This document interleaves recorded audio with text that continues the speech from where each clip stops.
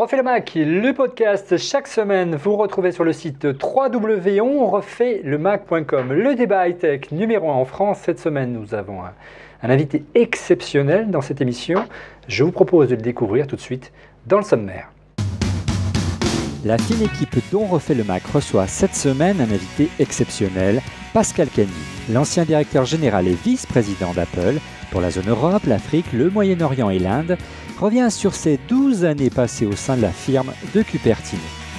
L'ex-dirigeant qui a quitté la pomme en octobre 2012 pour rejoindre le conseil d'administration de Vivendi lève le voile sans langue de bois sur sa première rencontre avec Steve Jobs, l'aventure des Apple Store en France, la disparition des revendeurs historiques ou encore le déménagement d'Apple Europe qui a quitté la région parisienne pour Londres. Et n'oubliez pas de participer à notre concours organisé par Beezy. Notre partenaire qui fête ses 10 ans vous offre 20 robes Sunset pour MacBook Air Pro et Retina en répondant à la question qui vous sera posée à la fin de la seconde partie de cette émission. On refait le Mac épisode 149, rencontre avec Pascal Cagny, première partie. On refait le Mac.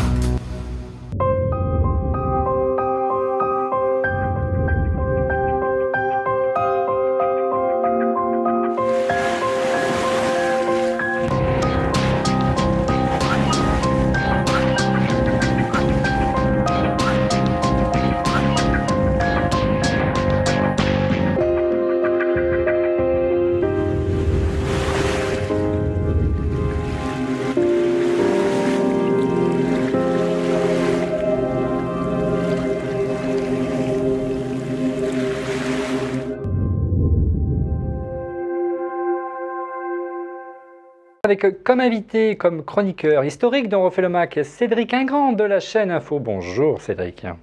Salut, qui, comme toutes les semaines, est en duplex de son placard. J'ai pas le plaisir d'être avec vous aujourd'hui. D'abord parce que j'ai du travail, et puis secondo parce que je suis rentré de Tokyo hier matin à 4h, et si c'est un vol génial, parce que c'est le seul moment où il y a des taxis et où ça roule dans Paris, où tu rentres chez toi et tu peux finir ta nuit, mais ça pique quand même un peu le lendemain. Oui, et puis on en verra le résultat sur LCI très bientôt, Cédric. Absolument. Autre historique dont refait le Mac, Rodrigo Sepúlveda Schultz, notre Guillermo Villas à nous, investisseur, podcasteur et entrepreneur. Regardez la magnifique coupe de cheveux, ça pousse chaque semaine, c'est incroyable. Quelle tignasse. Bonjour à tous. Ben oui, ça pousse depuis janvier. Si tu changeais tes lunettes un petit peu de temps en temps, Olivier, tu verrais que je ne suis pas allé chez le coiffeur depuis janvier. Voilà.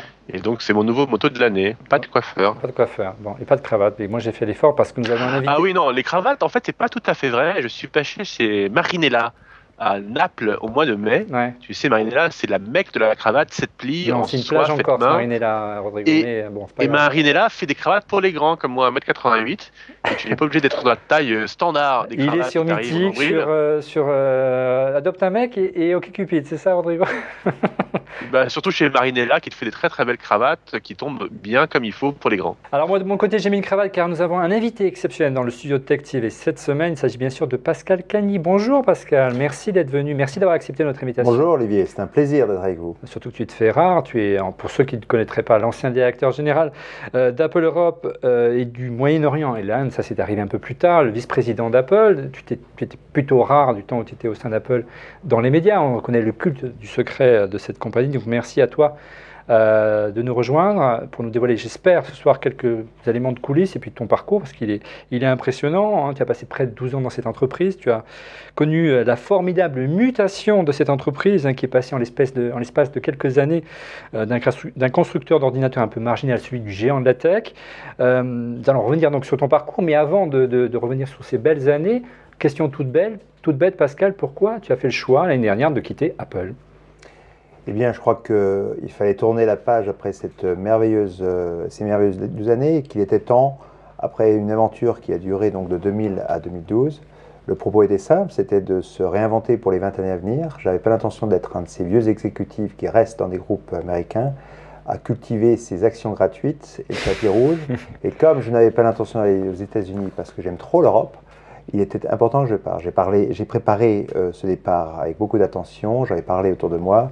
Et je crois que j'ai laissé une équipe extrêmement talentueuse qui continue à faire le job qui était reconnu partout un petit peu chez Apple. Donc, Tu avais fait à peu près le tour et tu voulais pas continuer l'aventure aux États-Unis Si, j'aurais pu aller aux États-Unis et passer mon temps dans les avions, être dans la Silicon Valley, mais depuis cette année, je n'ai encore moins de regrets que je voyage partout dans le monde, je vois des entrepreneurs les plus géniaux et c'est ça qui m'intéresse fondamentalement, avant de reprendre une aventure qui sera évidemment aussi passionnante que celle-là, même si elle ne pourra que être très différente. Messieurs, ça vous a surpris le départ de Pascal Cagny, Cédric, l'année dernière, lorsqu'on a annoncé son départ, sa démission d'Apple?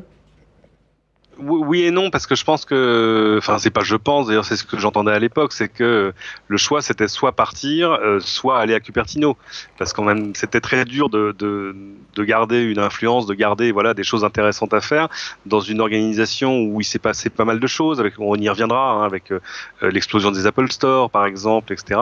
On a plein de choses à dire, voilà. Cédric, ce soir. Hein. Mais voilà, continuer à faire des trucs intéressants sans être à Cupertino dans une organisation qui est connue pour être extrêmement centralisée. C'est-à-dire, c'est d'ailleurs exceptionnel d'être arrivé à se fonder, à être arrivé à faire des choses sans être à Cupertino, parce que d'ordinaire chez Apple on dit que tu vois, sortie de One Infinite Loop, point de salut quoi. Ouais.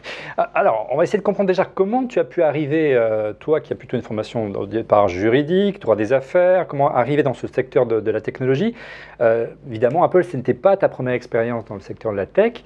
Tu es passé par d'autres grandes entreprises, belles entreprises, beaux constructeurs d'ordinateurs, notamment Compaq, puis Packard Bell. Donc tu as travaillé pour le PC. Ça a été véritablement, je dirais, c'est là que tu as fait tes classes, je dirais, pour... En deux mots, j'avais absolument rien à faire dans la tech, puisque de formation Sciences Po service public, j'aurais pu devenir un énarque. Ensuite, j'ai eu le choix d'aller à HEC. Et en sortant de cela, on vit avec les idéologies du moment. C'était à l'époque la reprise d'entreprise en difficulté, en travaillant chez Borloo, le cabinet Borloo qui, au milieu des années 80, était vraiment le cabinet où on voulait tous être. C'était ensuite le conseil en strat, où je suis allé chez Booz Allen, après un séjour de près de 6 mois aux États-Unis. Et puis, à la faveur de la crise du lundi noir du 19 octobre 1987, alors même que je devais rejoindre une banque d'affaires et donc peut-être avoir un parcours un peu plus classique, très différent, je me suis retrouvé à finalement avoir l'occasion et l'opportunité d'avoir une vraie expérience terrain chez Compaq.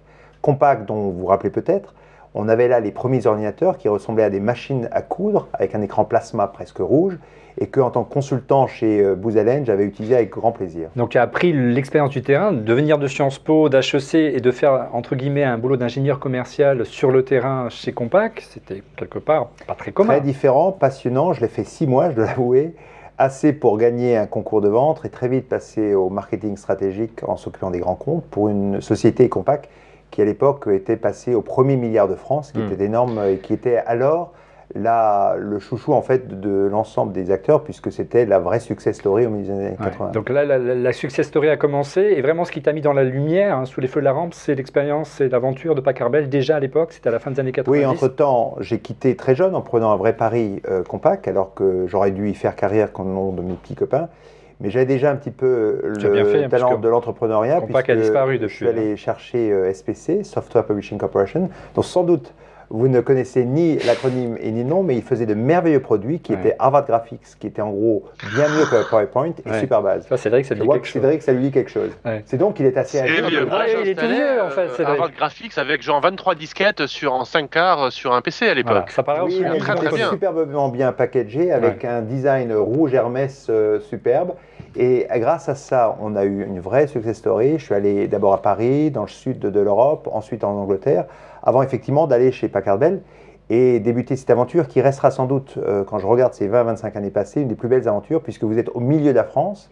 On prend une usine Bull qui est vide, avec une usine de carte-mère à côté.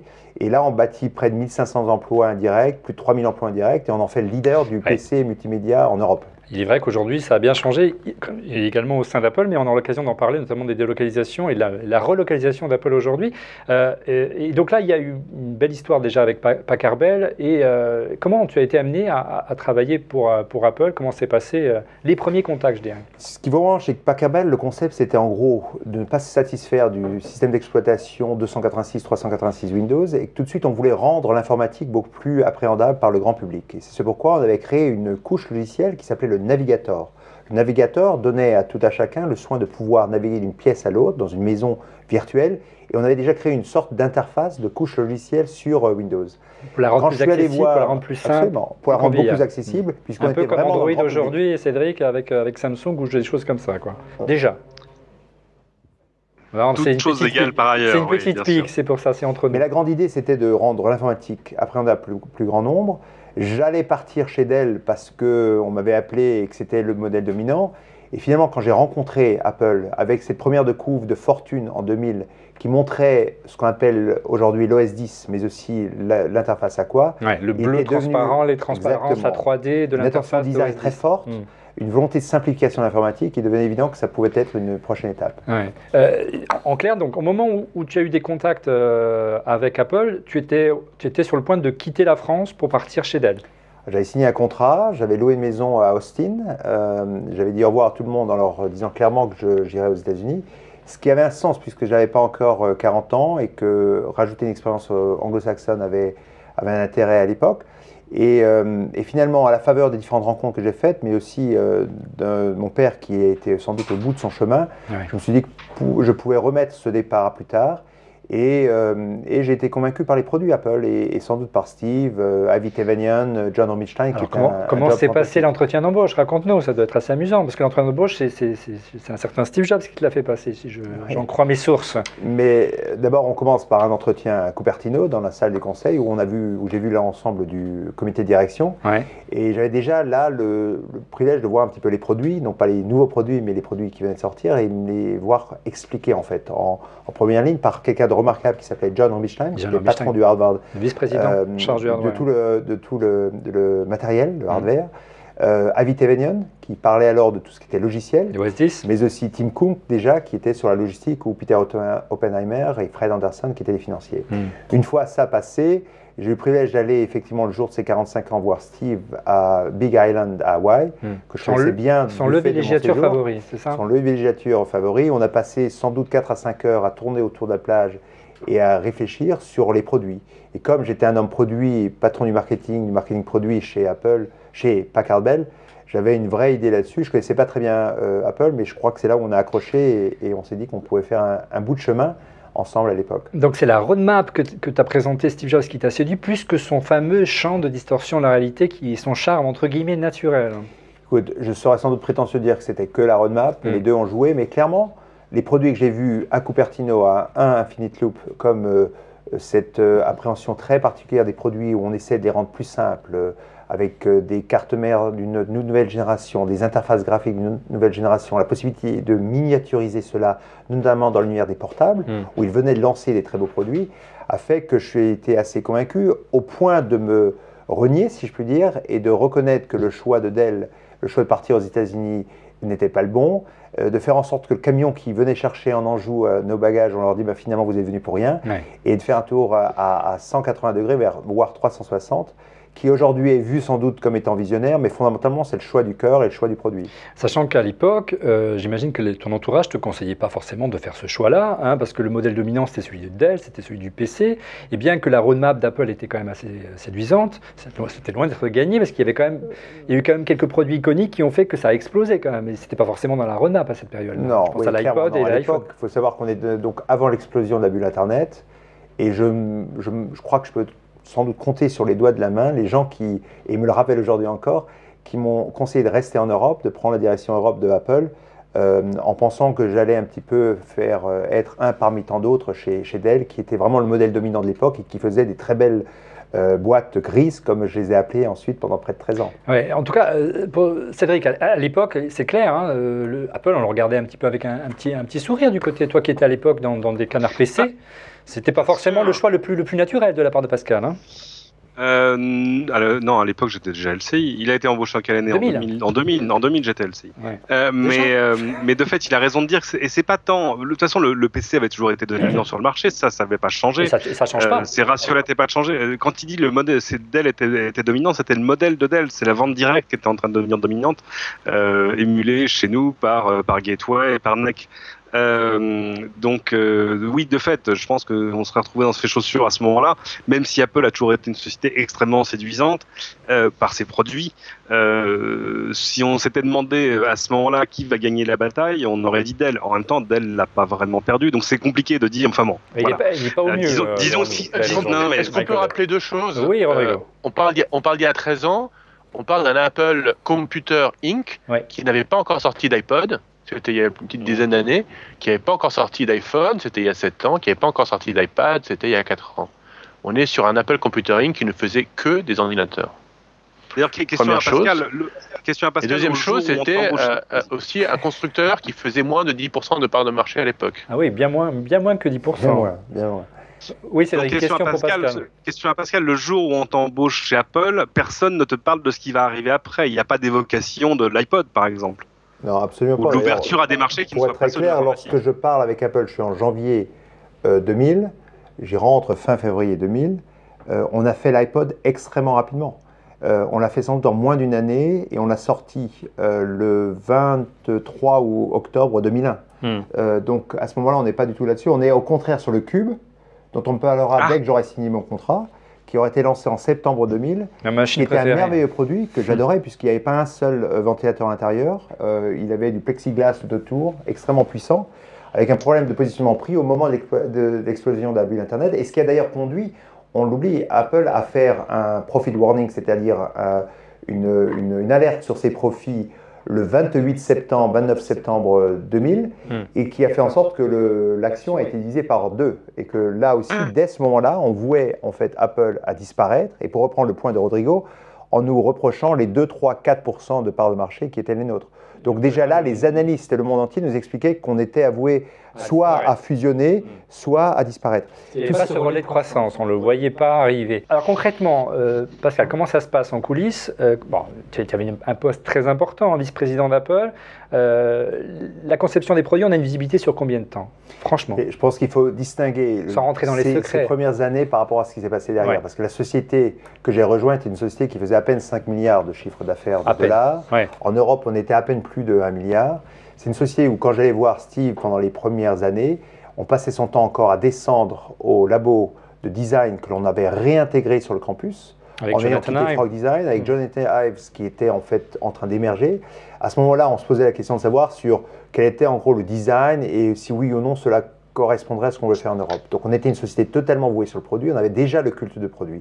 Donc ça c'était le début et ça n'a rien à voir avec la société que j'ai dû laisser qui doit faire 150, 160 milliards de chiffre d'affaires, une valorisation qui a plus forte capitalisation qu'il y a au monde et qui est devenue aujourd'hui au diapason des Google de ce monde, un des mastodontes de notre industrie. Donc je pense qu'entre les deux, l'impact et le travail du patron de l'Europe qui a fait entre-temps passer de 1 à 40 milliards de chiffre d'affaires était moins sur le produit que sur comment on allait pouvoir continuer à garder la présence d'Apple sur tous ces territoires, les 120 pays qui ont été sous ma charge pendant de longues années. Alors, on va revenir justement aux coulisses d'Apple, mais quand tu es arrivé donc, à la tête d'Apple Europe, quelle était la situation? Comment tu as trouvé l'entreprise? En gros, pendant 2 années, 98-2000, ils se sont focalisés sur les États-Unis, c'est-à-dire Steve et le reste du management. Et pour sauver la boîte. Pour sauver la boîte, pour la remettre selon un mode opératoire qui me semblait intéressant. Et l'Europe était vue comme le mauvais élève de la classe, avec notamment des frictions très fortes entre mon prédécesseur, qui était un garçon remarquable, qui d'ailleurs ensuite a fait une superbe carrière, qui fait encore une très belle carrière chez Amazon, et puis notamment le déjà Phil Schiller de l'époque, qui évidemment pensait qu'il fallait remettre tout cela au pas. Tout le propos a été durant cette période-là de réexpliquer que l'Europe était compliquée, c'était un fait, c'était organique, c'était comme ça, mais qu'on pouvait la rendre plus simple. Ton territoire, c'est bien ça. Et qu'on pouvait aussi avoir une croissance beaucoup plus forte. Donc on est passé d'une contribution dite négative à une contribution positive. Et à la faveur de la relation particulière que j'avais avec le comité de direction et Steve particulièrement, je crois que j'ai eu l'attention qu'il fallait pour avoir des lancements de produits qui ne soient pas trop décalés, les bonnes ressources, les bonnes intentions, le bon marketing, mais aussi et surtout qu'on ait aussi l'écoute sur le design des produits. Et ça, c'est très important, avec notamment la couverture de plusieurs langues dès le départ et l'intégration des différents labels. C'est quand on lance des produits en Europe, c'était à l'époque, et ça l'est moins aujourd'hui, mais encore et toujours, un casse-tête. Il faut labelliser cela sur plusieurs pays.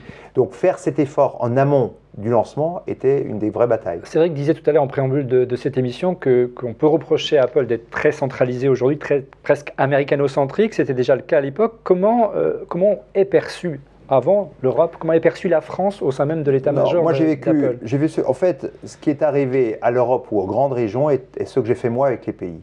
En gros, on a, pour des raisons d'efficience, puisqu'on était très peu nombreux, on était quelques centaines de personnes, on gagnait peu d'argent, on a dû être un peu plus intelligent et créer en fait l'Europe avant l'ère. Qu'est-ce que cela veut dire? Ça veut dire que très vite, on a tué les baronnies locales qui avaient chacun leur entrepôt, leur service d'après-vente, et on a essayé de syndicaliser tout cela à l'échelle de l'Europe. C'était 2000, 2001, 2002, 2003.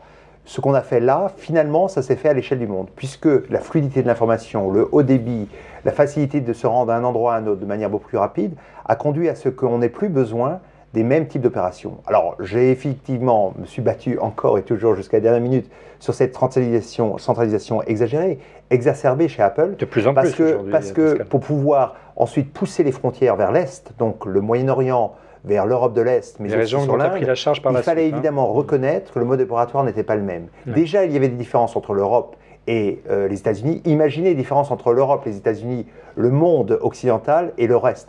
Donc cette bataille-là est la bataille de fond de tous les patrons Europe. Il faut le faire avec talent, il faut le faire avec résilience, puisqu'on est constamment en face de ce que j'ai appelé pendant très longtemps les ayatollahs du siège mondial, qui, sans avoir un passeport, ont sur leur carte de visite responsable mondial, sans avoir jamais voyagé et en ayant simplement des idées très très préconçues.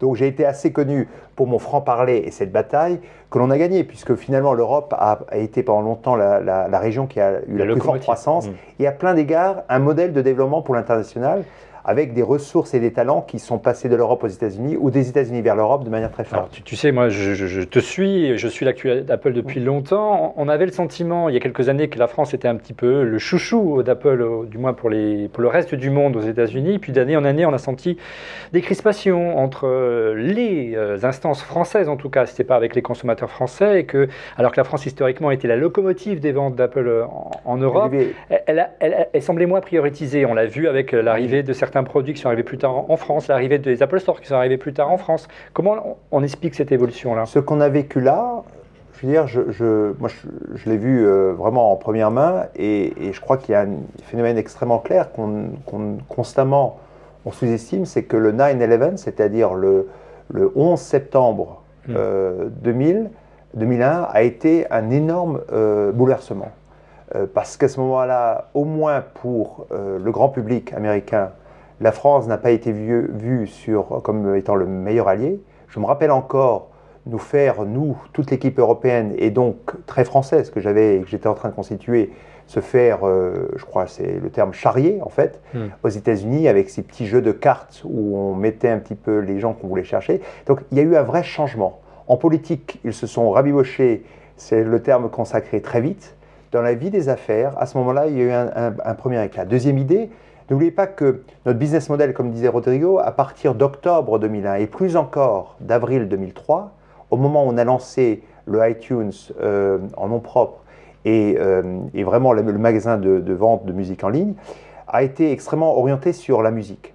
Et les grands sièges internationaux de musique étaient tous, pour l'essentiel, soit aux États-Unis, soit en Angleterre. Et enfin, dernière chose, sans doute que les affres et les malheurs de différentes réglementations ont fait que sans doute on a été un peu moins bien accueillis en France. Alors qu'au moins originellement, Steve était extrêmement pro-français, avait je crois un vrai amour de la France. La preuve, le headquarter européen était là depuis quelques années, sans vous parler évidemment du fameux Gasset et du passage de Serlet, de Hulot, de moi-même français qui était patron d'Europe. Donc voilà. On va parler de la French Team, mais en deux mots, sous ton règne, je dirais au sein d'Apple Europe, alors que la France Paris était la capitale d'Apple en Europe, cette capitale a été délocalisée à Londres. Pourquoi ce choix concrètement? Pourquoi Apple a décidé de... J'aime pas le terme règne, puisque ça veut dire qu'on avait des barons, et je me suis battu contre les barons. J'ai toujours essayé de de ne pas être un baron, Aux commandes, mais en tout simplement sur les 12-13 années qui ont été les miennes, je crois qu'on a essayé d'être extrêmement pragmatique. La réalité des choses, et l'histoire est là pour le démontrer paradoxalement, c'est qu'on a essayé d'avoir un headquarter européen en France. On a d'abord choisi et voulu bâtir notre premier magasin rue du Scribe, en face de l'Opéra. On s'est heurté pendant plus d'une année et demie, le premier Apple Store en pendant France. une année et demie, 2 années et demie, entre autres au bâtiment de France, pour lequel j'ai le plus grand respect, Monument historique. mais qui nous empêchait de pouvoir enlever notamment les barreaux en fer aux fenêtres. Donc ça a été une discussion interminable. Deuxième idée, on a essayé de mettre le headquarter en face du Fouquet's, sur les Champs-Élysées, Là, on a des en infos, voulant hein, ce soir. reprendre Voilà. le magasin Vuitton, qui est un merveilleux magasin, puisqu'on était l'angle. en train de signer le contrat avec Accenture, À l'angle de qui l'avenue Georges V. et qui aurait fait un merveilleux siège européen, puisqu'on était à la fois sur une des grandes avenues iconiques, et on avait un espace de travail pour accueillir notamment nos grands clients. Donc l'idée, on c'est a de fait tout faire cela. comme à Londres, d'avoir à la fois l'Apple Store et le siège européen Absolument. d'Apple sur la plus Après de belle avenue longues du monde. En discussions, je suis en 2002-2003, on arrive à ni déloger Louis Vuitton, qui depuis en a fait un merveilleux magasin Et sans un doute musée. à niveau, sans doute un musée aussi. On n'a pas réussi à finalement clore le rue du Scribe. Entre-temps, les Anglais, dans leur bon pragmatisme, avec ce que la reine a sur la rue de Regent Street, nous offrent 3 magasins. En moins d'un an, novembre 3, novembre nous offre, nous loue très cher, de novembre 2003 à novembre 2004, les magasins. Et c'est là-dessus qu'il devenait évident, avec l'arrivée de l'iPod, que ça pouvait avoir sens d'avoir un siège dont je vous rappelle qu'il avait vocation à rester, et au moins je me suis toujours battu là-dessus, extrêmement réduit, avec peu de staff, puisque l'objectif c'est d'être une organisation qui était encore extrêmement agile et rapide. Et c'est vrai qu'à l'époque, les ventes d'iPod surperformaient en Angleterre, notamment par rapport l'adoption de ces nouvelles technologies a toujours été plus rapide, sans vous parler du marché de la musique qui était 2 fois plus importante que la France. Cédric Rodrigo, une réaction? Oui, je voudrais juste faire une pause. Je connaissais pas cette anecdote. Je me souviens très bien de l'immeuble Andersen Consulting au coin de l'avenue Georges V et des Champs-Élysées, marqué Andersen Consulting, qui faisait à l'époque tous les articles dans la presse. On racontait comment ça se passait, on poussait des petits bureaux, des sous-bureaux, qui ensuite s'est partagé avec Louis Vuitton et qui est maintenant devenu le flagship store de Louis Vuitton, magnifique. Je ne savais pas que ça aurait pu être l'Apple Store de Paris. Il y a eu beaucoup de rumeurs. Et le siège européen. Il y a beaucoup de rumeurs de l'arrivée d'Apple sur les Champs-Élysées. Ça aurait été absolument magnifique. Il aurait été Il n'est pas trop tard, Rodrigo. Hein, du même acabit que celui de la 5e avenue à New York. Ouais, mais non, parce que là, ils auraient été du mauvais côté des Champs-Élysées. Oui, Cédric, il n'est pas trop tard. Il y a le Virgin qui se libère. Hein. Je ne sais pas ce qu'il a vu, Pascal. Ce qu'on appelle la face nord commençait à prendre beaucoup de traction. Ma question, mais et c'est ce qui se passe en fait. Ce qui se passe absolument sur la face nord, puisque à la fois vous avez Louis Vuitton et tout ce côté-là a été rénové de manière extrêmement forte. Donc je crois qu'aujourd'hui, oui, c'est vrai, le drugstore aussi, etc. Donc ça reste d'actualité au sein d'Apple. C'est arrivé sur la plus belle avenue du monde. Je pense que c'est un must-do, il faut qu'il le fasse. Ça va la réponse, Cédric? C'est bien, c'est corporate ou pas? Qu'est-ce que tu en penses? Ouais, moi ça me va, mais ça fait des années qu'on dit, ouais, de toute façon, le jour où Virgin va lâcher le Megastore, c'est évident que c'est Apple qui va le reprendre. on l'a regardé, moi-même j'y suis, là je peux vous en parler, on est allé sur le Virgin, on est allé sur le magasin Disney et autres, et on a toujours pensé que ce n'était pas le bon site pour refaire un Apple Store. Et puis je vous rappelle quand même que ce qu'on a fait à l'Opéra et ce qu'on a fait au Louvre reste exceptionnel, qu'il s'agit non pas de regarder, vous savez, c'est le concept il faut aller là où comment on appelle ça, au hockey sur glace, c'est-à-dire le palais. Le palais va. Ah ouais. C'était le palais Garnier juste en face, c'est pour ça. Une des citations classiques que Jobs utilisait. Citer Steve Jobs en français, c'est compliqué. En parlant de Steve Grinsky, je crois que c'est ça le grand joueur qui disait cela. Et donc nous, on regarde un peu plus loin. Donc je crois que l'Opéra et le Louvre ont vraiment offert un merveilleux magasin, une présence de Apple là où il faut. Avant de parler, on parle des magasins justement. Ce qui est, entre autres, une de tes marques lorsque tu étais au sein d'Apple, c'est l'arrivée des Apple Premium Wrestler. Donc c'est une manière de franchiser des magasins en France et puis ça a été repris dans le monde entier. Quel est le regard que tu portes aujourd'hui justement sur ces revendeurs historiques qui disparaissent petit à petit parce que justement Apple développe aujourd'hui son propre réseau de magasins? De manière très pragmatique, une fois encore, comme je n'arrivais pas à voir assez vite les Apple Retail Store en Europe. Je vous rappelle que le premier n'a été ouvert finalement que fin 2004 en Angleterre et que nous sommes arrivés qu'en novembre 2007 en France avec le Louvre.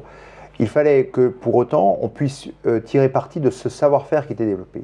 Donc ce que j'ai réussi à vendre à Steve et à tout le management, c'est leur expliquer que les revendeurs sont des gens qui aujourd'hui peuvent nous amener un plaidoyer fort, et que plutôt que de attendre ad vitam que ces fameux Apple Retail Store viennent et qu'on le fasse comme on l'a toujours fait chez Apple sans compromis, il fallait trouver un mode opératoire différent. Et là, on avait en Europe déjà un programme qui s'appelait les Apple Center, qui avait été érigé au milieu des années 95-96, et on avait encore des restes où on se trouvait en 2001, 2002, 2003 avec des magasins de vente où vous aviez encore le logo initial de Apple avec cet arc-en-ciel californien. Vous vous rappelez peut-être de cela. Et on a pensé alors qu'il fallait les rendre un petit peu plus aux normes du temps et de l'époque. On a donc réduit de manière très forte les Apple Center. Et à partir d'une base de 400-500, on est tombé à 200 et on s'est dit comment va-t-on les rebâtir en tirant parti de ce savoir-faire rare et unique qui était celui développé graduellement, essentiellement aux États-Unis, avec les Apple Retail Store. Et c'est comme ça qu'on a conçu ce programme.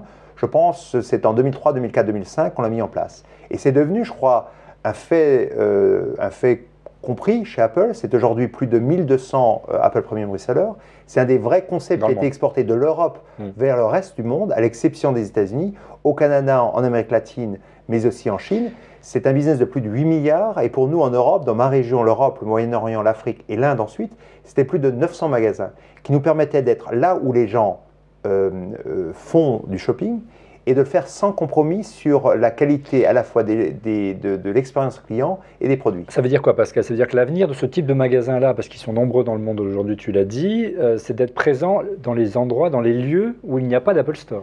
Je vous rappelle les uns les autres qu'il n'y a que 460 retail stores, même 423 retail stores Apple, si je me trompe récemment, et que là-dessus, une vaste majorité sont encore toujours aux États-Unis. Je pense qu'on doit parler de 300. Avec les 100, 150, on ne couvre pas le territoire. Comment fait-on pour offrir une expérience client digne de ce nom à Papeete, à Moscou, à Oslo, ou même au-delà de Shanghai ou de Beijing. Et c'était ça le génie de l'Apple Premium Reseller, qui a fort bien fonctionné. Alors évidemment, ici, lorsque vous avez un Apple Premium Reseller qui est en face du Louvre, de l'Opéra, ou du moins dans une de chalandise propre, il a du mal à survivre. Et c'est ce pourquoi on avait préparé le terrain, en mettant notamment des magasins dans le magasin, dans les Fnac, dans les Darty, dans des boulangers, en anglais dans le texte des shop and shop, qui ont extrêmement bien fonctionné et qui fonctionnent encore aujourd'hui, puisqu'il s'agissait non pas d'éliminer, mais il s'agissait de faire en sorte que le gâteau qui devenait de plus en plus grand à la faveur de la qualité des produits, ne cesse de grandir à la faveur d'un plaidoyer plus forte par les revendeurs. Alors, dernière question sur les magasins, parce qu'on ne va pas faire toute la soirée là-dessus, mais c'est vrai que c'est une chose qu'on entendait souvent, qu'on nous répétait à bon ou mauvais escient au sein d'Apple, alors peut-être que c'était des personnes mal intentionnées qui nous le disaient, que les Apple Store, du moins n'étaient pas, l'implantation des Apple Store, ce qui peut sembler un peu aberrant pour nous franco-français, n'était pas gérée par Apple Europe et Apple France, c'était supervisé par Cupertino. C'est vrai aujourd'hui? Ça fonctionne comme ça? Un des modes de développement de cette société, et je crois que c'est peu dit et peu compris, c'est que ça a toujours été de créer en fait des PME au sein d'un groupe. Et une fois encore, je ne vais pas reprendre ce que disait Jobs, mais c'était l'idée qu'on ait en gros un agrégat, une holding de PME et de start-up. C'était l'idée. À partir de là, on a créé le iTunes, le App Store, les Retail Stores, le Online Store, le réseau de revendeurs comme des entités distinctes. Ça ne veut pas dire qu'il n'y avait pas un minimum de communication, mais il faut bien reconnaître aussi que le type de talent pour développer une chaîne de vente en grande distribution est assez différent que le type de talent qu'il faut pour à la fois préparer une marque, arriver sur les territoires et gérer des grands de la distribution comme les Darty, Carrefour, Fnac de ce monde. Et donc on avait ce mode opératoire-là qui a montré son succès, puisque je vous rappelle quand même que les chiffres sont forts, sans vous parler de ce qui est arrivé à partir de 2007-2008 avec le travail sur les telcos et les opérateurs telcos ou les distributeurs de telcos comme les Phone House de ce monde, les Carphone Warehouse ailleurs dans l'Europe. Donc c'était le mode opératoire. L'idée étant qu'on ait une société de spécialistes avec un savoir-faire extrêmement fonctionnel, et que le travail, ça a été mon travail à moi en tant que directeur général et general manager de cette entité, c'était de faire travailler tout le monde ensemble pour le meilleur intérêt de la marque. Alors voilà. C'est vrai qu'on a du mal parfois à comprendre le mode de fonctionnement d'Apple dans le monde, en Europe. Il y a eu beaucoup de sujets de discussion et de polémique autour du process notamment d'optimisation fiscale d'Apple. Ça a fait polémique, mais c'est malheureusement la règle dans le secteur de la high-tech. On pense à Google, on pense à Amazon notamment. Quel est ton regard justement sur ce mode d'opération et d'optimisation fiscale? Écoute, c'est un regard où je crois qu'il faut être extrêmement prudent. Il est clair que sur ce coup-là, Apple n'a inventé rien différent. Le think différent n'a pas existé puisqu'on a appliqué les mêmes règles que l'ensemble de l'industrie.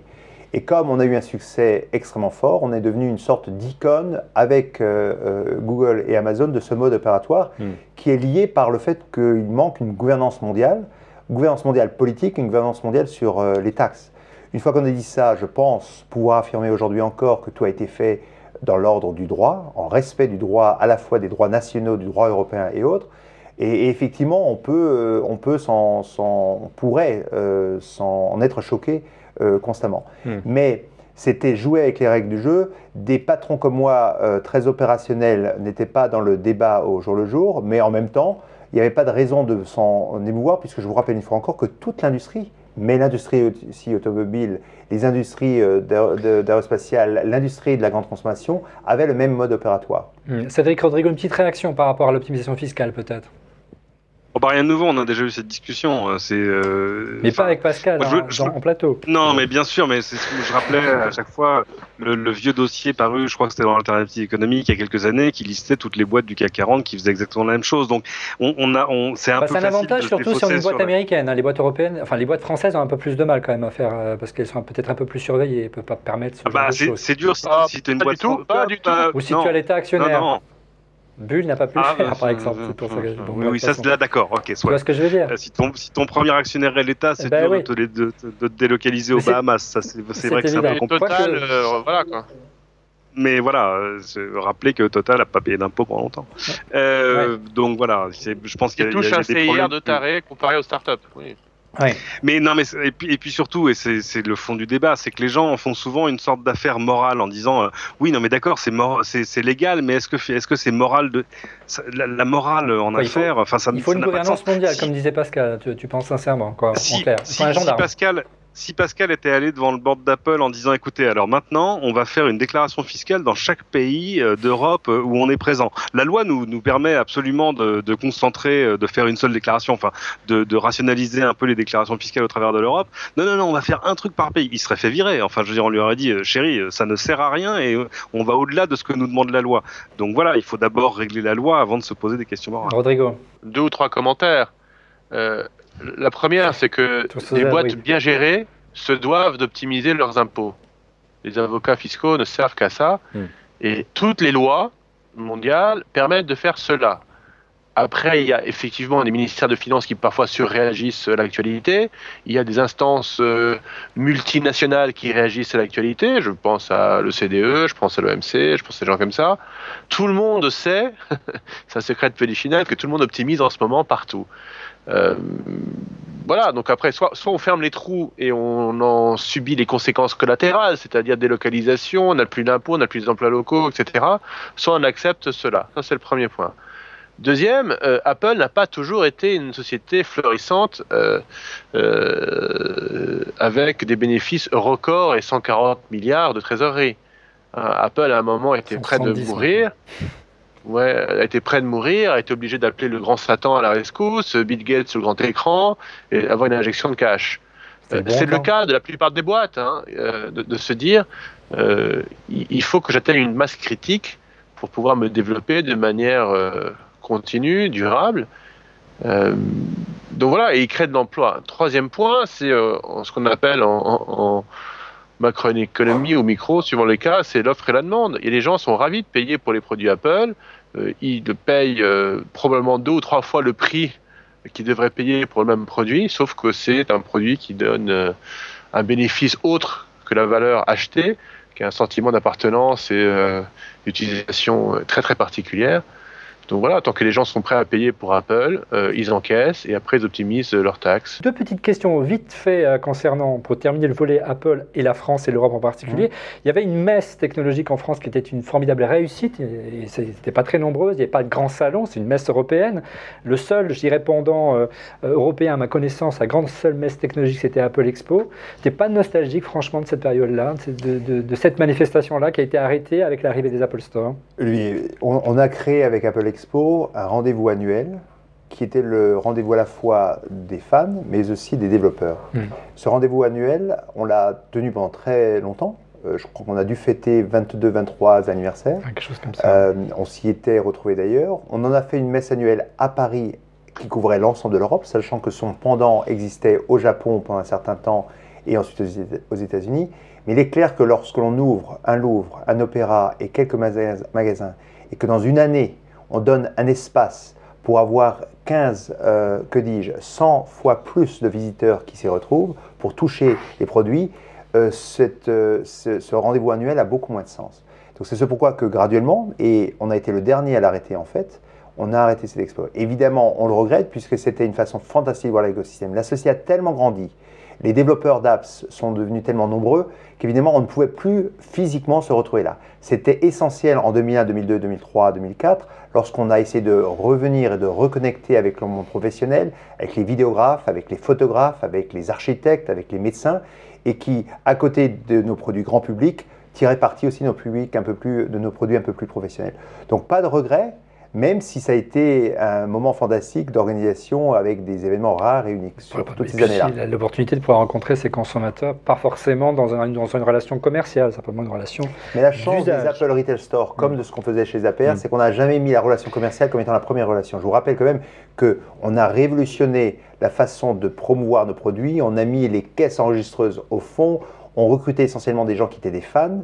On ne leur demandait pas un quota de vente en leur expliquant voilà les 5-10 points qu'il faut souligner. Je pense qu'on a beaucoup évolué là-dessus et c'est vrai aussi pour le réseau de revendeurs, APR et autres, les magasins dans le magasin que vous trouvez à la FNAC. On a toujours tenu à faire en sorte que les gens puissent vendre avant tout une philosophie de l'utilisation du produit. Et les difficultés qu'ont rencontré beaucoup de revendeurs pour terminer sur ce sujet, donc c'est comment l'expliquer aujourd'hui. On parlait de concurrence déloyale, on parlait également tout simplement de l'arrivée des Apple Store qui est une concurrence forte pour les APR. J'ai vraiment été au cœur de ce sujet-là, donc j'ai une opinion et je ne sais pas si on pourra la développer ici, mais la réalité des choses, c'est que tous les revendeurs avec lesquels on avait un partenariat et une communication, qui ont compris comment ils pouvaient non pas se substituer mais compléter la stratégie d'Apple, existent encore aujourd'hui. Et j'aimerais nommer des MCS, des e-concepts, juste pour en nommer quelques-uns, où il ne s'agissait être au centre de Bordeaux, être au centre de Nice ou sur un centre commercial important, ou être à l'Opéra, est important pour l'ensemble de l'écosystème.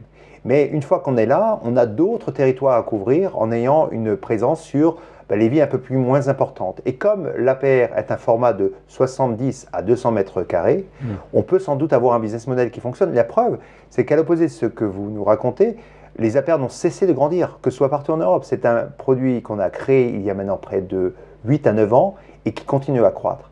Alors, effectivement, si on ne veut être que le revendeur qui bénéficie qui n'investit pas dans le plaidoyer, dans l'évangélisation avec du mur et qui essaye de simplement faire du fax, du téléphone et de l'internet et de vendre à discount pour pouvoir passer entre les lignes, en tirant parti de l'investissement que font les autres revendeurs qui eux investissent ou que la marque fait, là au cours du temps on s'essouffle et on disparaît. Ça a été un petit peu l'histoire de nombre de ces revendeurs, même si je ne peux pas vous dire que tout a été parfait, parce que c'est une bataille d'offres, de demandes et un champ concurrentiel fort à plein d'égards. Alors, on va conclure, hein, ça fait un moment qu'on le dit dans cette émission, qu'on va conclure sur la France, mais tu le disais tout à l'heure en préambule qu'il y avait une French team au sein d'Apple. Tu peux nous en parler, notamment des Bertrand Serlet, l'un des papas de macOS 10, ou encore du très mystérieux Jean-Marie Hulot, hein, qui était à la charge qui aurait été l'un des pères de l'iPhone, en charge des premiers travaux. Très mystérieux, je l'ai eu dans mes bureaux pendant un an, moi. Hein, oui, et puis il est venu faire cette émission aussi, où en fait,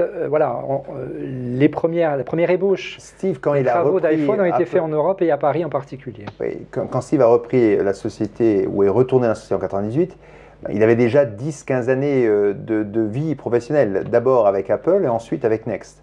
L'équipe de Serlet, comme l'équipe de Hulot, était en fait l'équipe de Next de ces années-là. Donc c'est le début des années 90.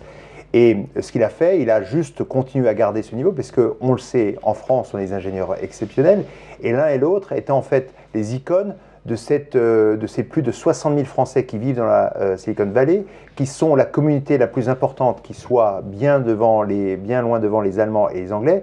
Et en fait, on a simplement tiré parti du talent qui a été le nôtre. Cette French team, elle existait aussi dans le management, ou en Europe, effectivement, sans doute un petit peu à cause de ma présence, mais aussi simplement parce que le headquarter venait de France. On a encore et toujours une équipe de management un peu plus française qu'on pourrait y penser. Donc je pense que c'est simplement l'histoire de comment se fait une société et de ce que l'entrepreneur ou le fondateur a bâti de relations. C'est un savoir-faire unique, des relations. Et dernier point, il faut quand même le dire, il faut absolument qu'on soit fier, et je ne cesse de le dire quand je parle de l'économie des objets connectés. Il y a un savoir-faire rare en France qui est l'héritage de notre culture, d'écoles d'ingénieurs et de gens qui savent écrire du code, avec en plus une proxy plus forte sur le design, donc qui le font avec talent et avec un certain interface utilisateur unique et rare. On aime le beau en France, donc l'un et l'autre ensemble devaient effectivement faire en sorte que chez Apple, on avait plus de chances de trouver des Français ou une francitude que dans d'autres sociétés, typiquement chez Microsoft ou chez IBM. Et l'aventure Jean-Marie Hulot, tu étais au courant, évidemment, j'imagine, de cette expérience menée dans le plus grand secret à Paris? Oui, parce que Jean-Marie devait... D'abord, on était pionniers. Il s'agit d'être disruptif sur un business qui existait, qui est un business de plusieurs milliards de dollars, et que ce soit sur le produit ou sur le business model, qui est un business model particulier, puisqu'on a aussi essayé de tirer parti de la subvention, vous vous rappelez, la subvention du téléphone, et donc de ce qu'on appelait des contrats chez les grands opérateurs. Ben, on a essayé d'apprendre en Europe, sachant que je vous rappelle quand même que l'Europe était le territoire le plus propice et en avance, par rapport aux au moins sur les années 90 et sur les années 2000, aux États-Unis, avec des grands noms qui étaient les Sagem français, les Siemens, les Sony Ericsson ou les Nokia, oui, et dont on sait tous et on regrette aujourd'hui qu'ils sont partis. Le centre de gravité a basculé outre-Atlantique. Mais c'est quand même assez rare qu'Apple délocalise cette fois-ci, et ça nous ravit plutôt dans l'autre sens, des projets aussi majeurs. On sait qu'aujourd'hui l'iPhone, c'est l'essentiel du chiffre d'affaires d'Apple. C'était une fois encore un signe très clair du talent et de la reconnaissance de l'Europe et du talent particulier de Jean-Marie Hulot, qui nous a permis, alors même que je mettais le siège français à Iéna, on avait dédié un espace de R&D qui était le seul espace de R&D hors des États-Unis. Mais à un moment donné, il a fallu prendre la décision de rapatrier tout ça aux États-Unis? Non, je pense qu'il y a toujours une veille technologique. On parle de très peu de personnes, mais en R&D chez Apple, on parle toujours de très très peu de personnes. C'est une société qui fait des milliards de chiffres d'affaires et de profits, mais fondamentalement, son squelette tient à quelques centaines de personnes. Et dans ce squelette-là, il y a quelques franchises. D'accord. Merci Pascal. Je te propose qu'on se retrouve la semaine prochaine pour la suite de cette émission. Il nous reste plein de sujets passionnants à aborder, sans oublier les coups de cœur de notre fine équipe. Soyez au rendez-vous. À la semaine prochaine.